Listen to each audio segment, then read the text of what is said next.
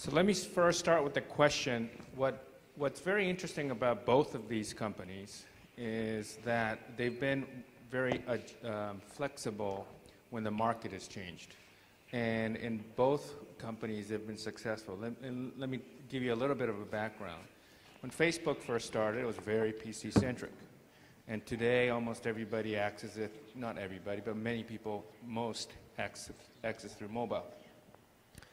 When you see web first started, it was largely a browser on multi-feature phones, or what we used to call WAP environment. And of course, we all know that the smartphone has taken off, even both as an internet access device and in terms of just numbers far exceed the number of PCs.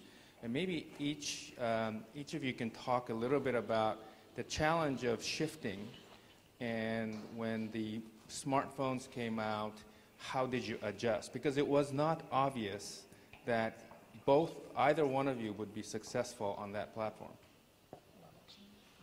So the first thing I would say is it's really hard. So especially when you've been a successful company on one platform. And I think the secret to our success is we threw the whole company into it. And so we're a product company at heart.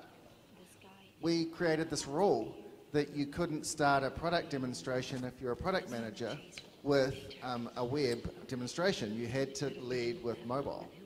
And that was just an example of how we completely reoriented the company and said, we're a mobile-first company. Everything we need to do needs to be about mobile. And we're basically going to ditch the success of the past and focus on the future. Hard to do, but we were committed, and I think that was really key. 其实的话呢，我们这2004年的时候去做移动浏览器的时候呢，当时的这个机器呢是 Java based 的，所以今天我们来看的话呢是这个功能机，但当时能够在手机上装软件的这个虽然是叫 Java phone， 但是已经是非常非常 smart 的，对，只是随着年代的这个变化的话呢 ，smartphone 的定义不太一样了。我要记得是2008年的时候的话呢，那时候 smartphone 的定义的话呢，就是 Symbian、Nokia phone， 就是这个 smartphone。只是到了这个再往后的时候，这个随着 Android phone 和这个 iPhone 的这个兴起的话呢，现在这一代的这个 smartphone 定义就是 Android phone 和 iPhone。但是如果再过5年呢，说不定这个 Android phone 这个 iPhone 呢就是 feature phone。这个所以技术是一直在变迁的。这个的确呢，在过去的这个10年里边，我们经历过2次非常非常大的这种技术的这个变迁。一次的话呢，是这种像 Android 这个和 iOS 的这种发布，把 UC 在过去的一些技术积累的话呢，需要跨越一个新的一个研发的平台，这对于我们来讲是一个挑战。但是我们比较幸运，也比较成功的跨过了这样的一个挑战。今天在 UC 的这个活跃用户里边，80%以上的用户是使用的 Android phone 和 iPhone 这个2个这个平台，还有部分的用户在使用 Windows Phone 和这个 BlackBerry 等其他的一些平台。我觉得跨过这个平台的话呢，跟我们当时的一个坚持有关。这个坚持就是我们始终的话呢，把这个研发作为我们最大的投入。到今天为止，整个 UC 的 R&D 的这个人员的比例的话呢，依然超过了80%，80%。这个呢是在过去几年我们每年这个跟董事会沟通的时候，我非常坚持，就是我们应该把最主要的资源投入到研发。所以说，当 UC 从6个人到现在超过2500人的时候，我们依然在这个研发上是做非常重要的一个投入。所以我想呢，就是说。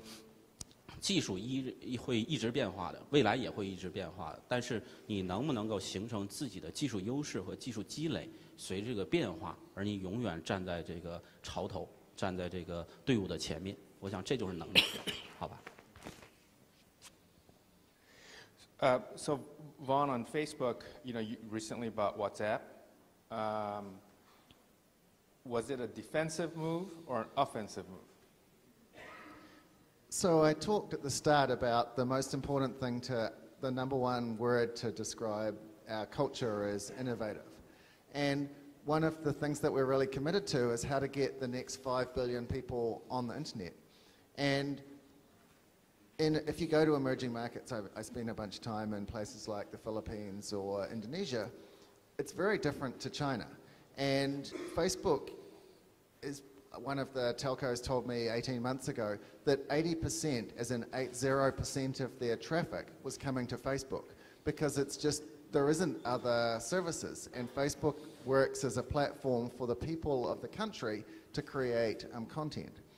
So it's just disproportionately more popular than it could be in, say, China or US.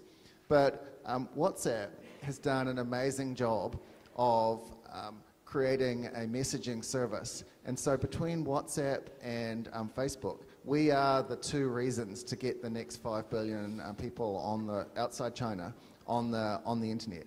And when we were working with them and helping them build their business, we figured out that we could actually do it better together. And so delighted by the acquisition. And you know, in terms of, I get a lot of questions about, was 19 billion the right number? We're confident that WhatsApp is on a path to having over 1 billion people use its service. And there's only a couple of companies that have made that benchmark to date. Both are pretty valuable. And so we're optimistic. Yutong, when DCM invested in, we're investors in KakaoTalk, the actual founder, originally his idea was to start with a browser. But he decided that he needs to go into communications, which was a good choice. In your product vision for the future, will you get into the communication business like everybody else? 对，您问了一个非常好的问题。其实呢，我想这个说一点，就是说这个浏览器呢，在不同的公司眼里边看到的这个美女是不太一样的。对，原来呢，这个浏览器这个在像 Microsoft、微软啊，像这些公司里边呢，当做是一个上网的一个标配的一个工具。所以说呢，这是在过去我们看到像 IE 啊、像 Firefox、像 Chrome 这种产品的这个定位。但是在 UC 我们创业的时候的话呢，我们不把浏览器呢当做一个 tools， 当做一个工具，我们认为这是一个什么 service， 对，就非常非常像这个我在中国和在美国的出差的时候看到一个非常不同的一个情况。比如在美国，我这个因为我的英文不好，想吃饭的时候，我就希望那个 menu 菜单上面最好有图片。我看到那个图片，我就说这个菜不错，就点这个就 OK 了嘛。但是这么多年下来的话，我发现美国的那个 menu 一直没有改，一直还是非常非常这个严肃的，很多都是菜的配料。这对于我这个英语非常不好的人是一个很大的挑战。如果上边是画一个这个鸡蛋或者鸡，我就知道这是一个 egg 嘛，就吃它就可以了。对，所以说呢，这就是你比如说在中国，大家去点菜的时候看那个 menu， 基本上呢会考虑，哎，这不光是写的菜的名字，其实给你加一个很漂亮的一个这个图片。虽然看起来这个差异非常非常这个简单的，但我相信呢，这个大家可能对这件事情的看法是不一样的。所以说 UC 在发展自己的移动浏览器的时候呢，我们是把它当做一个用户这个接入整个互联网的一个 service 的 platform， 并不是一个 tools， 这是一点非常关键的这个不同。所以在这之上的话呢，我们一直在做几个事情。第一个，让整个的基础的能力越来越好，比如速度更快，比如说这个它的这种兼容性或其他的更好。另外一个呢，就是上边的这种 service 越来越好。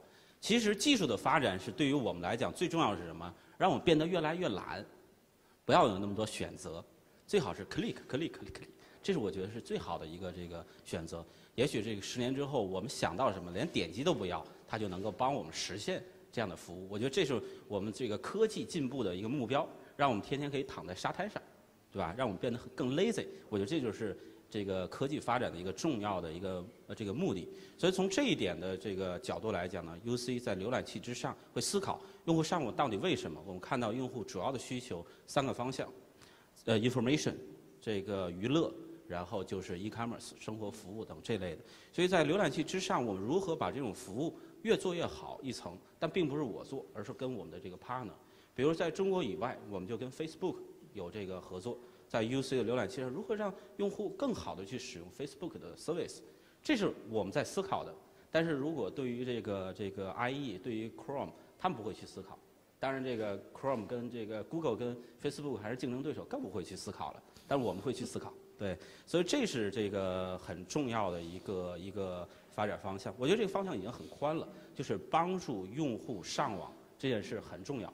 这个通讯已经有 WhatsApp， 已经有 WeChat， 我们就不掺和这个，太热闹了。对。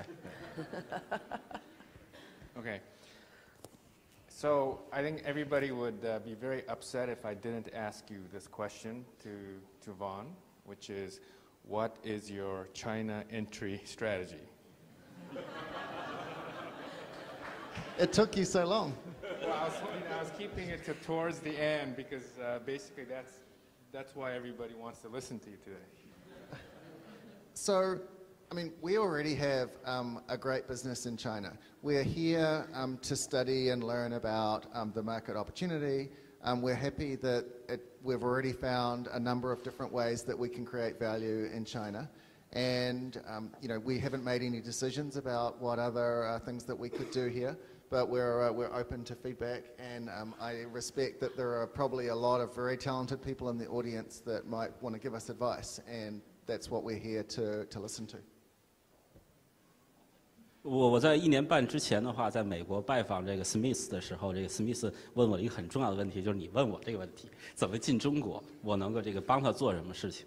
我说我帮你做不了任何事情，对，但我可以给你一个建议，是不是考虑把这个进中国的产品不叫 Facebook， 换另外一个产品，可能这个先进入中国，让这个大家更喜欢你的 service。当然呢，这个对于这个 Smith 也是很大的挑战，因为毕竟FB.com 是这个 Facebook 主要的核心产品，可以换换其他的产品，不要叫 FB。对。